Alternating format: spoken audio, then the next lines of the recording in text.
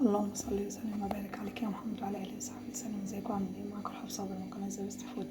تعالوا اقول لكم كده الجمال واقول لكم دونر الفراخ ده عملناه ازاي بطريقه بسيطه جدا. ما شاء الله ما شاء الله. بصوا يعني اكل يفتح النفس. عملنا جنبه سلطه المشاوي، حمرت بطاطس وقلت بتنجان كان عندي شويه فول كده حطيتهم معاه، بس عايزه اقول لك طعمه تحفه. تعملي بقى سندوتشات للعيال، تعملي جنب رز بسمتي، تعملي جنب رز اصفر، تعملي جنب مكرونه تحفه جدا.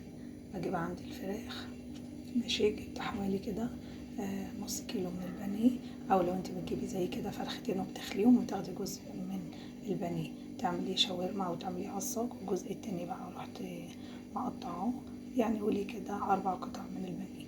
وحطيت بعد ما ضربته في الكبة تمام، عندكش كبة وبشوريه جمديه وبشوريه على المبشرة.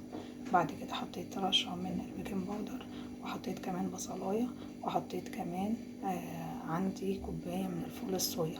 وما شاء الله اللهم بارك، بننقع الفول الصويا كده 5 دقايق في مية سخنة، بعد كده بتصفيه وبتحطيه بس كده، وحطي بهاراتك وطلعيه اعملي بيه بقى رول كده. انا عملتهم بصراحة مرضتش ان انا اعملهم في ورق زبدة، انا عملتهم رول كده بايديا تمام، تلفيه كده زي الاسطوانة وحطيته في صينية ودخلته الفرن.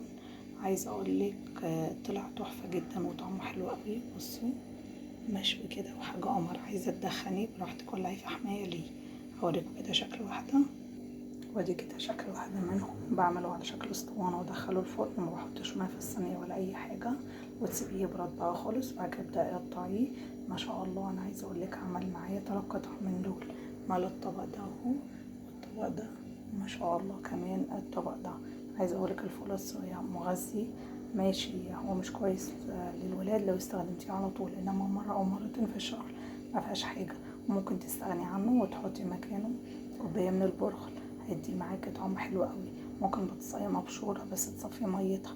بجد جربوا الطريقه دي تحفه تحفه تحفه، طعمه حلو جدا عجب الولاد قوي.